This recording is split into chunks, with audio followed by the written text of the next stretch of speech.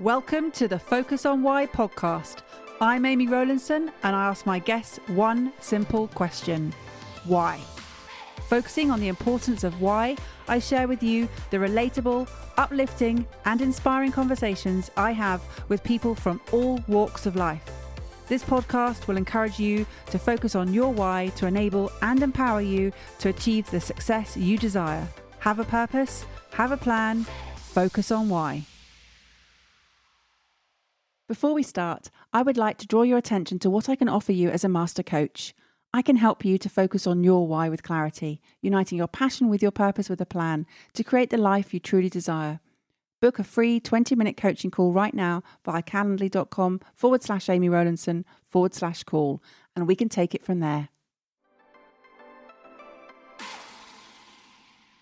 Hi, I'm Amy Rowlinson, and I'm host of this podcast, Focus on Why. If you're new to the show, a huge welcome. Thank you for tuning in. And if you're a loyal listener, thank you again for staying with me along this fabulous journey of purpose. These reflections episodes are an opportunity for us all to sit back and enjoy listening to them from the perspective of just a listener. For me, that's special because I'm usually the host and I'm involved in the conversation. So I sit back and it gives me a chance to reflect and then act. And what I also love about these Reflections with Actions episodes is not only do I get the opportunity to reflect on the recent episodes, I take some time out to reflect on what I've been doing over the last couple of weeks since my last episode. It's incredible what happens when you stop to take a moment or two to think about where you're going, what you're doing, and why you're doing what you're doing. And last Friday, I spent a whole day with Julie Creffield, looking at strategy and ideation, fleshing out my 10-year master plan. What's the purpose behind my very being? What am I doing now? What is it I want to do? And how will I achieve what I have in my plan? Why am I creating all these podcasts? Well, they are part of the bigger plan. A journey that I've planned to achieve something much bigger, still under wraps for the moment, but is exciting. Purpose is an evolution. So how often do you stop and ask yourself these types of purpose and future-focused questions? I came up with some really interesting answers last Friday, and some of them really surprised me.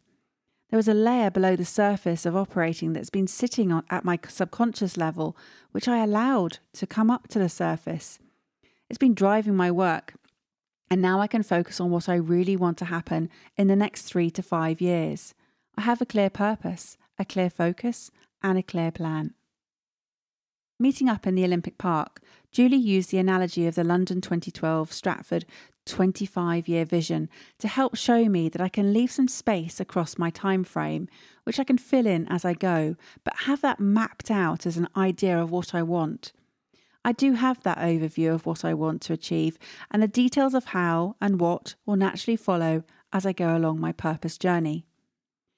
Now, this is actually the second strategy session of the week because last Tuesday I spent a half day with a book publisher, Sue Richardson, to discuss my book idea. I really want to write a book about purpose, about your why. And Sue took me through the why, the what, the who, and the how. I focus on my own why in my work, and here I was again using that same focus in fleshing out what will be the book that I pulled together, and it was an incredible session, so thank you, Sue. I really enjoyed working on it. And what I found in the session was that it took me to a deeper reason behind why I want to write the book. I don't want to just create the book just to say that I've got a book, to tick a box. I don't want people to say, oh, go and check Amy's book about purpose. It's really useful, it's really helpful. Yes, that's great, but I want it to be more than that. It's part of that master plan I spoke of earlier. It's my legacy, and for that reason, I've put a bit of pressure on myself to really make this happen in the way that I want it to happen. Just as I see the podcast as a vehicle that I'm using as a channel to direct all of these messages of purpose and to enable the pioneers of purpose to share their stories on the platform, what I've pulled together here is an incredible library of focus on why.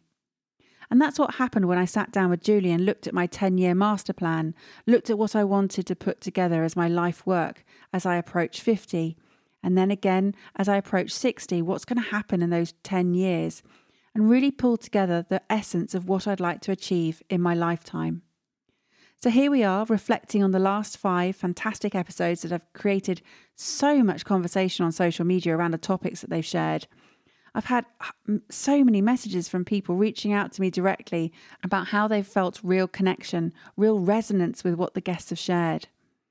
And when putting together the podcast schedule, I get excited knowing how relatable and inspiring these conversations are. So when I hear back what it actually means to the listener, I feel it's very much my mission accomplished. What does it mean to be inspired by someone who shares their story? For someone to stop in their tracks so much so that they don't just listen to an episode, they want to listen back to it straight away on the bounce because of the powerful message that was shared within it. This happened this week, and I'll talk about that when I'm reflecting on Joe Berry's episode a little bit later. So first up is episode 221, Power of Vision, with Carey Conley and Laurel Wilson. And a big shout out goes to Tanya Sterl for introducing us. Thank you, Tanya. It didn't take me long to realise why you've brought us together. With a passion for revolutionising vision and purpose, the mission of Carey and her daughter Laurel stems from their own adversity after losing 2 family members. Carey's husband, Laurel's father, and Carey's son, Laurel's brother, both to suicide just 3 years apart. I can't even begin to imagine how difficult that must have been. Laurel shared that when her father died, she lost her faith, lost her desire, was very much in an autopilot mode, and she didn't see any purpose. She even lied about how he had died to others. But when her brother died, she realised she was supposed to do something with this, that there was no way she was going to go through this without some purpose.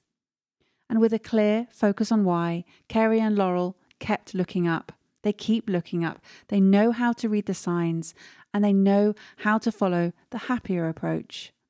With purpose, courage, and delegation, they use their intuition to direct their energy through the power of vision. Carey and Laurel shared how you can change your circumstances just by changing your thoughts. The process is such that your circumstances trigger or prompt your thoughts, which produce your feelings, which in turn generate actions, which in turn create results, which provide the evidence to give you more thoughts, and thus the cycle continues.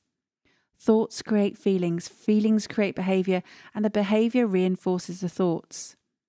Now, if you plant the seed that you can change the circumstances, you can change your behaviour, your feelings, and your thoughts.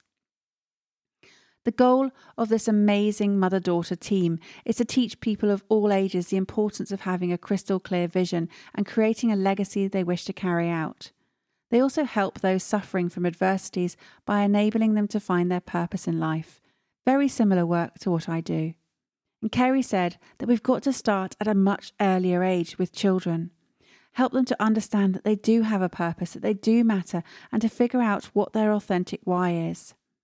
She said it's going to take an army of people connecting just as we have, connecting right now to break that pattern.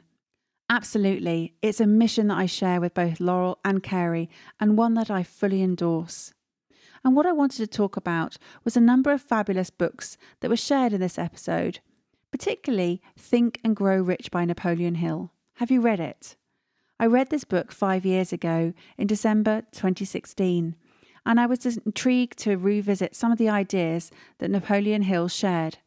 So I dug out my journal to see what I'd highlighted. There was a lot, and I could actually spend an entire Reflections episode speaking of Napoleon Hill's seminal work alone.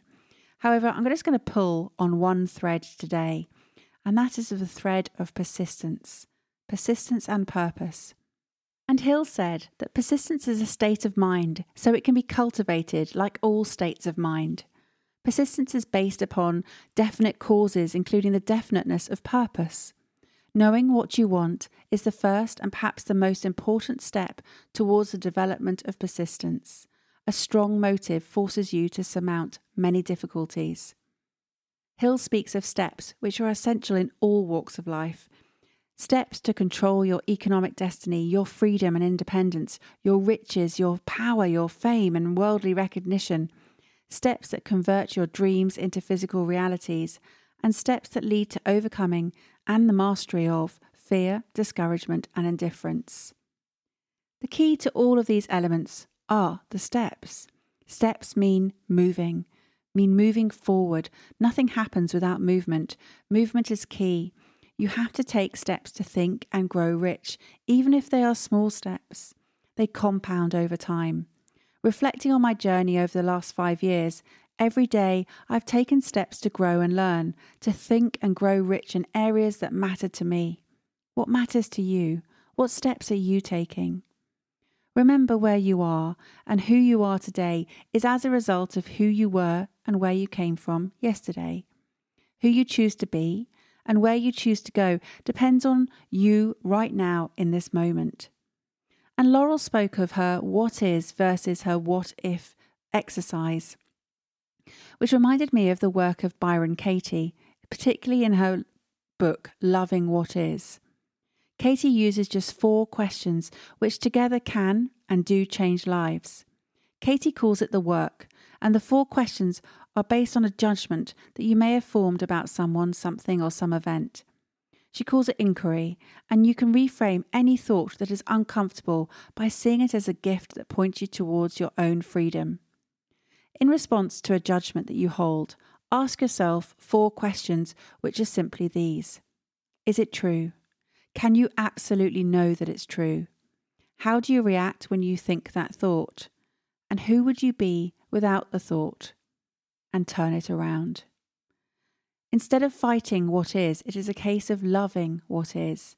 And for me, this work echoes the work of Adlerian psychology. Over the summer, I read 2 books, The Courage to be Disliked and The Courage to be Happy by Ichiro Kishimi and Fumitake Koga. Both these books centre on the work of the Austrian psychotherapist Alfred Adler. Reading the books, I started questioning and challenging some of my own life beliefs, particularly around why I do what I do. The principles are similar, that it is your job to focus only on your tasks and not the tasks of others, what you're able to effect control over. A lot of stress in life comes from living in other people's mental spaces, living outside of your own mental living, expecting others to do things. And by saying, this should not have happened, or you need to do this, or they should do this, just becomes overwhelming and untenable. When you're busy living other people's lives, who's living your life? It comes down to being fully present in your own life and focusing on what is true for you. And Byron Katie says, a thought is harmless unless we believe it. It is not our thoughts, but the attachment to our thoughts that causes suffering. Attaching to a thought means believing that it's true without inquiring. So what beliefs do you hold that may not be true? Some of these you could have believed in, they've been with you for years, for decades even, and may not be true. Many times a day, we play out scenarios in our mind, imagine stories of what could or should or might be. Unvalidated projections of theories that we form with the limited information that you've based on thoughts and feelings. If you haven't read the book Loving What Is, I highly recommend that you do. The Audible version in particular is great, as she includes live sessions of where she does the work with her clients. The book has these transcripts in them, but the tone and the pace and the emotions are far more evident in the spoken word. Next up is episode 222, The Future of Speaking with Maria Franzoni. Want to know what the future of speaking involves? Well, tune into this episode because Maria knows. Maria is founder and chief mentor at the Speaking Business Academy and one of the most experienced speaker bookers in Europe, and recognised as a speaking industry expert. She supports speakers, established and new, to turn their speaking into profitable businesses, and she does this by helping speakers to be more bookable.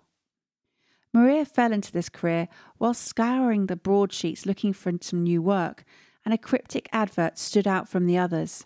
It asked, "Are you able to negotiate and communicate at senior level without being phased?" And caught the attention of Maria. Responding to it took her on a very unexpected journey and catapulted her into the speaking business industry. The rest, as they say, is history. Maria has since spent decades working amongst phenomenal storytellers and change makers whose conversations have literally changed the world. Understanding the audience and helping these incredible people to share their message and impact globally, Maria is facilitating the future of speaking.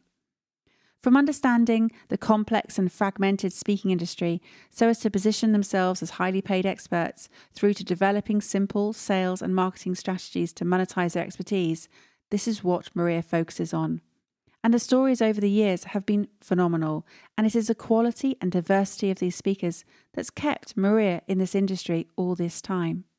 She says it's like breathing rarefied air, and she has to pinch herself. Thriving off the success of others, she's stretched mentally and learning all the time. And I asked Maria that impossible question, who is her favourite speaker? And she actually didn't hesitate in answering. She said her favourite person ever was Neil Armstrong. Wow, how cool is that? I wonder how many people can lay claim to knowing Neil Armstrong as well as Maria did. Apparently, he never said no to her because she knew what he wanted, what was important to him, and so she only ever presented him with the right invitations. She understood his why and met his needs and his values. And she fed his deep curiosity for knowledge and adventure, which in turn met Maria's deep need to learn and grow. Maria and I share many other interests and loves in life, and one of those is our absolute love for animals, particularly for dogs. And she mentioned how animals change how you look at life. And it made me think about that. There's a reason why dogs are referred to as man's, or in our case, woman's best friend. They do appear to have that magical healing power or unconditional love, and they seek your eye contact out to express this affection that they have. When I was a child, back in 1984, I got my first dog. His name was Flute, and he was a fabulous Springer Spaniel, named after our favourite type of French baguette, having just returned from a summer holiday before we got him. And I absolutely adored him, and the feeling was mutual. He would spend his entire time by my side. But Flute's life was short-lived. He died just 18 months old, and I was left heartbroken. And it was only 6.5 years ago that finally I had my own Springer Spaniel, the dog I'd longed for ever since being a child, and my heart was no longer broken, because welcome to my world, Rafferty. Rafferty keeps me fit mentally and physically.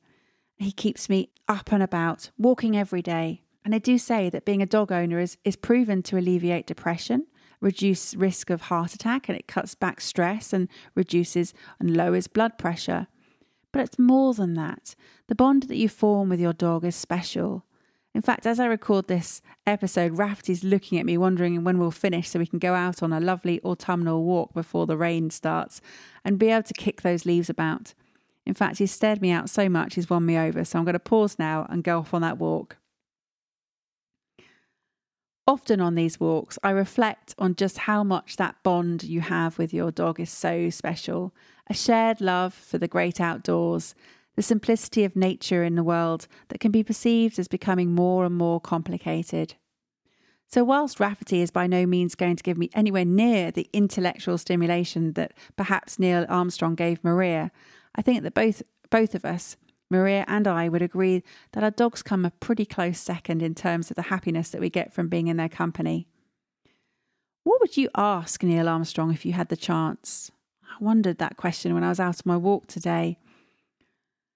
I didn't have the answer, but it needs more thought for sure. Who else would you have liked to have met in life? What conversations have held your attention over the years? Who's piqued your interest? And before I reflect on the next episode, I just wanted to share what one of my future guests posted on LinkedIn after we recorded her episode recently. OMG, I'm going to be on the Focus on Why podcast, all in capitals. Such a pleasure to spend the afternoon recording my episode with the amazing host, Amy Rowlinson. Having been on a number of podcasts, I want to say Amy has a special way of making her guests feel important.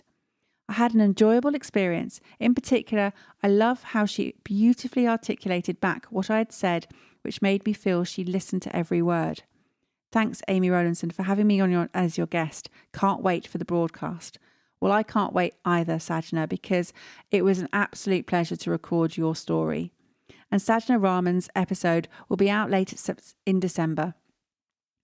And she was surprised where her conversation led.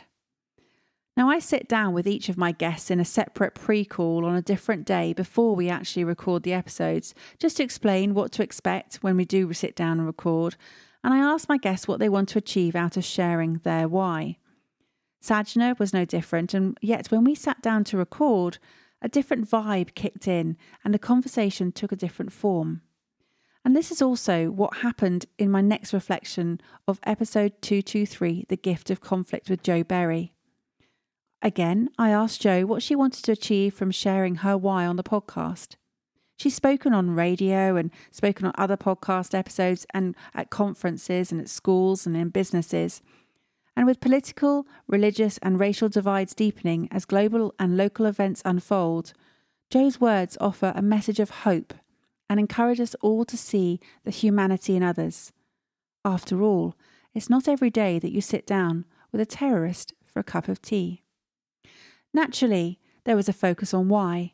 However, in this episode, there was also a focus on hope, transformation, feeling, compassion, love, empathy, peace, communication, kindness, justice, dignity, trust, respect, self-care, self-compassion, and self-worth. Ultimately, though, Jo focused on humanity. Jo is the founder of the charity Building Bridges for Peace, and she advocates that unbounded empathy is the biggest weapon we have to transform conflict. Jo believes that her story helps others to heal, to move them from a position of blame, moving them to empathy. Just how she disarmed Pat McGee with her empathy, so too can she help resolve conflicts within organisations. I've had so many people share this episode on social media and talk about what they loved about it, and I even had one listener who reached out to both Jo and me separately to congratulate us on this episode, and he even left a 5-star Apple Podcast review. This is what he said. I've been a regular listener to your podcast since you were introduced to me by Jeremy Nicholas when you interviewed him. Today, I have listened spellbound to your interview with Jo Berry. Most of your guests are interesting, but Jo Berry was magnificent. After a few minutes contemplating her story, I had to listen a second time. Well done getting her on your show and enabling us to hear her story. Thank you. You're always good, but your listening and leading today was in the highest peaks of top class. Thanks so much for this window into the lives of others. Please keep up these excellent interviews. They are simply brilliant podcasts. Cyril Mannion. And I'd like to take this opportunity to thank Cyril, not only for tuning in, but for reflecting and taking action, to reach out to both of us separately and to share what he took from tuning into the episode. And thank you so much for sharing this and posting the review. Jo has spoken all around the world and has witnessed people affected by violence, grief and anger. And part of her why is to show them a different way. Jo's extraordinary story led me to reflect and focus on her strength in particular as a peace builder, where she continues to build bridges across the divide of being a victim to being victorious, transforming pain into love and compassion. As a restorative facilitator, she works to resolve conflicts around the world, using her gift, the gift of conflict. Jo's journey is by no means finished. She focuses on what she's good at, what is right rather than what is wrong. What if we studied what was right with people versus what's wrong with people? Don Clifton asked this simple question and was subsequently fondly known as the father of strength psychology, creating the original StrengthsFinder assessment in 1998. There is a tendency from a very early age to try to improve on what you're not so good at, instead of focusing on and developing your innate talents and strengths. At school, you're encouraged to improve on your weaker subjects instead of focusing on what you excel in. What a waste of talent, time and energy. Sir Ken Robinson challenged the effectiveness of schools and the way children are educated. Champion of the creative arts, Robinson's Do Schools Kill Creativity is now the most viewed TED Talk of all time. Why? Well, perhaps his message resonates with every inner child in all of us. Dreams that were quashed, strengths that were inhibited, and weaknesses that were highlighted. The freedom to explore and follow innate curiosities were restricted by society and societal expectations. Working with my life purpose coaching clients, together we focus on strengths and we explore opportunities as to how they align them with their core values, their passions and their interests. Knowing your strengths and then adopting, nurturing and embracing them fully is a crucial key to unlocking your life purpose. Over recent years, I've focused on my strengths, particularly investing time, energy and money in various online tools and assessments, including Gallup's Clifton Strengths, EQI 2.0, Wealth Dynamics and Contributions Compass. Although they each have differing approaches, together they have helped me to understand more about who I am and where best to invest my natural talent, time and energy. For decades, Gallup has studied millions of employees, managers and leaders, and their research today continues to endorse the benefits of having the opportunity to develop and grow your strengths instead of expending energy into the areas of weakness. Gallup's assessment, Clifton Strengths, identifies 34 themes to capture human talent. The assessment helps you to recognise where you have the greatest potential to develop your strengths, and as with all assessments, while they don't represent the whole uniqueness and precision of who or what you're able to bring to the table, the descriptions of each theme are uncannily accurate. My top 5 strengths according to Clifton Strengths are learner, achiever, intellection, input and connectedness. I have a great desire to learn and continuously improve, a great deal of stamina and inner drive, and I set high expectations for myself. I'm determined to push for changes that will benefit humankind and will often re-examine and question my life purpose. I also have a need to collect and archive and a gift for identifying and helping people to connect. As a bridge builder, futurist and visionary, I aspire to build a better life and a better world for everyone. We are all different pieces of one giant jigsaw.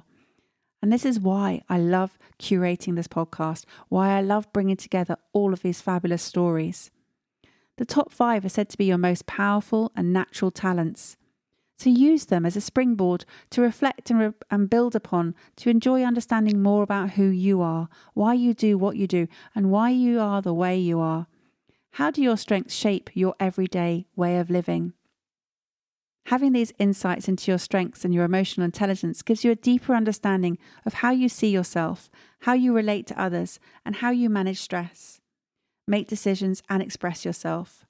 Mastering and managing your strengths is a skill in itself, however, it's highly rewarding and will help you to live a more fulfilling and purposeful life.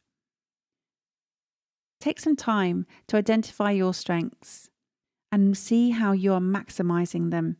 How do your strengths help you to live with your purpose? Jo said that together we can make a difference, that we all have a voice and we all matter. She shared how her emotional intelligence and strengths have helped her to turn her pain into compassion. And in my next episode, 224, Being Human with Hosey, Gary shares how to use emotional intelligence and strengths to live more authentically. Together, Jo and Gary have each found strength of what it is being human, and also in the strength of a human being.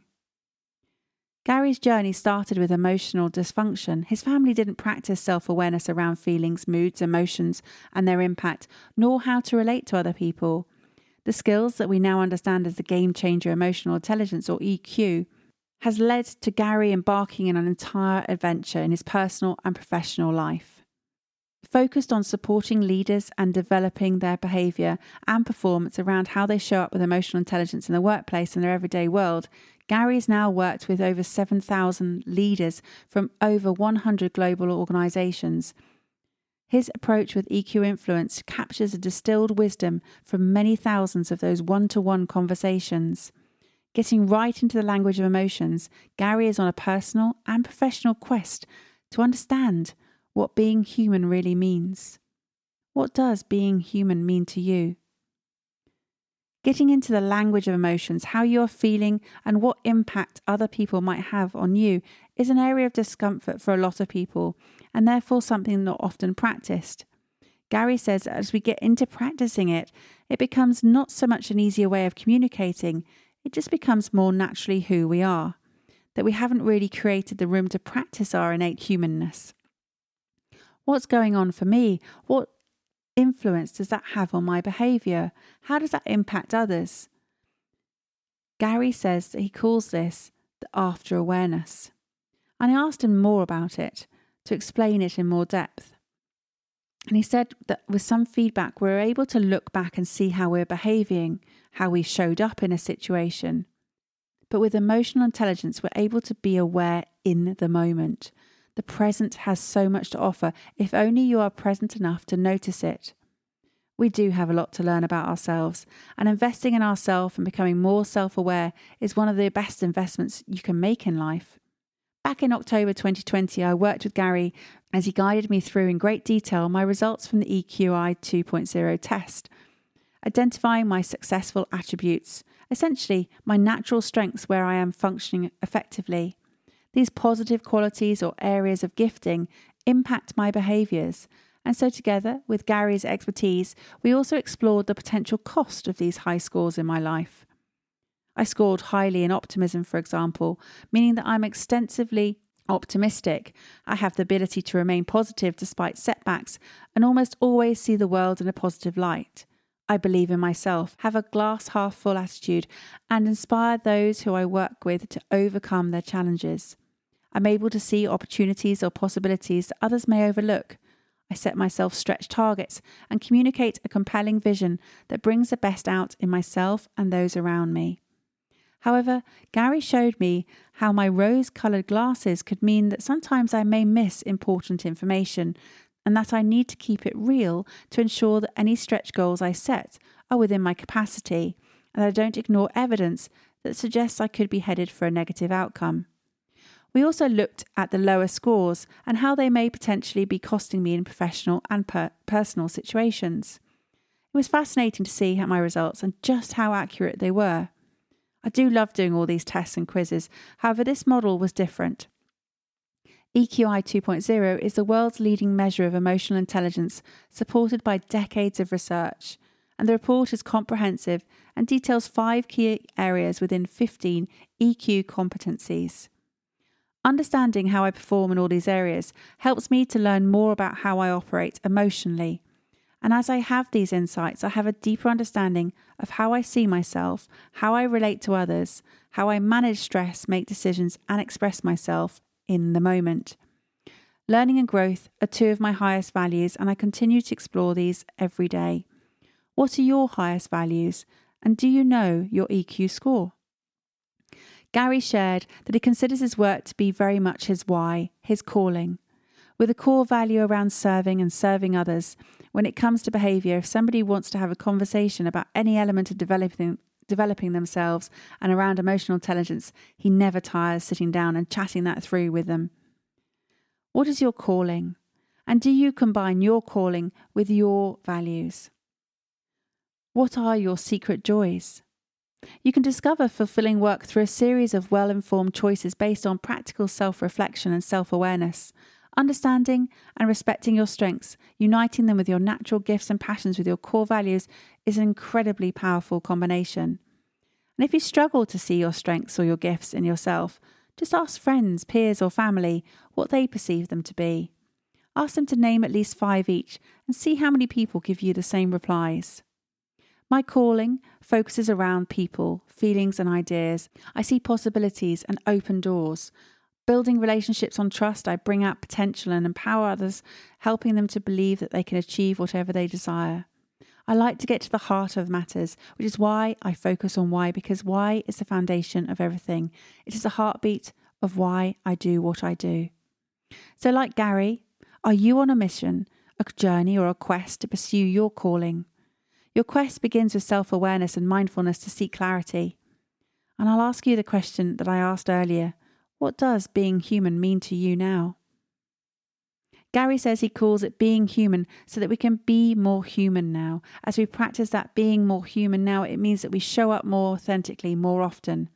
That not only invites others to do that, it gives them permission to do that because you're demonstrating that kind of behaviour. How will you enjoy the journey? How will you stop having an after awareness and find yourself being more in the moment? Gary used the being on the train analogy to describe life. He sees life in a momentary freeze frame, capturing those moments instead of seeing the blur of life. He's part of it, which gives him a richer experience in the moment of every day. He asked, why wouldn't you want to enjoy the journey more and to have that richer experience? And I have to agree with you. Who wouldn't want that? My final reflection today turns to episode 225, Moments of Truth with Steve Catchick. Equipping businesses to develop a secret sales force of brand ambassadors in order to drive engagement, reduce churn, and win more business, Steve has been at the front line of customer service for over 25 years. Knowing that people can make or break a brand, Steve focuses on people, communication, and developing the culture as every interaction is a moment of truth. Now, after speaking with Steve, I understood that moment of truth is a phrase used in the customer service industry to understand the customer life cycle with a brand or product. People can either make or break the brand, so a moment of truth in business is fundamental to its success. It's that moment when the customer forms a positive, negative, or indifferent impression of your brand or product. And this is what Steve refers to in his articulation of moment of truth. However, I believe there's more to be found within that phrase than just from a sales or marketing perspective. It's about making a decision in the moment based on the information you have, regardless of whether that decision could be a simple one or it could be a life-changing one. Your future is shaped in that moment. Google introduced us to the zero moment of truth, saying that moment when you grab your laptop, mobile phone, or some other wired device and start learning about a product or service you're thinking about trying or buying. It all comes back to being human. It's about your emotional intelligence of that being in the moment and how you react, how you depend on that momentary decision. It's a strategy that you use. We each process things differently and we'll have different strategies using different senses. How we perceive things using touch, smell, eyes, ears, how we see or hear something or even taste it, how you're feeling or how you think. You may also have heard of the first moment of truth, the second moment of truth, or even the ultimate moment of truth. Your character, skill, courage, reaction is put to the test in a critical moment. The origin of the phrase is said to come from the Spanish phrase, el momento de la verdad, describing the end of a bullfight, where the bull makes one last move towards the matador, and the matador in a moment of truth shows whether he has what it takes to kill the bull with his fatal sword thrust. For Steve, he believes that first and foremost, we are there to serve, and that every interaction is that moment of truth. He's focused on human interaction communication, and his purpose changed dramatically after losing his wife. Each day initially was just about survival. His wife had been his best friend, and it took him a long time to pick up the pieces. And he said it was amazing how personal development opens the eyes. Steve spoke about 5 elements that he uses in professional development in the business world. However, I see them translating really well into your personal world too. It's a focus on relationships, on empowerment, on communication, on culture, and on engagement. Again, it comes down to that emotional interaction. That's what a moment of truth is. It's an emotional interaction. So focus on emotions. And as Steve quoted Maya Angelou, she said, I've learned that people will forget what you said, people will forget what you did, but people will never forget how you made them feel. So today, take a moment to reflect on what you say, what you do, and perhaps more importantly, how you make people feel. Today's Reflections with Actions is all about your moment of truth and being in the moment. Thank you for listening to Focus on Why with me, Amy Rowlinson. To show your appreciation and to help other listeners understand what value you have received from tuning in today, please leave me an Apple Podcast 5-star review. Remember, the conversation doesn't end here. To keep it going, connect with me on LinkedIn, Instagram, Facebook or Twitter, or join the inspiring, uplifting and positive Focus on Why Facebook group. All the links are in the show notes. Have a purpose, have a plan, focus on why.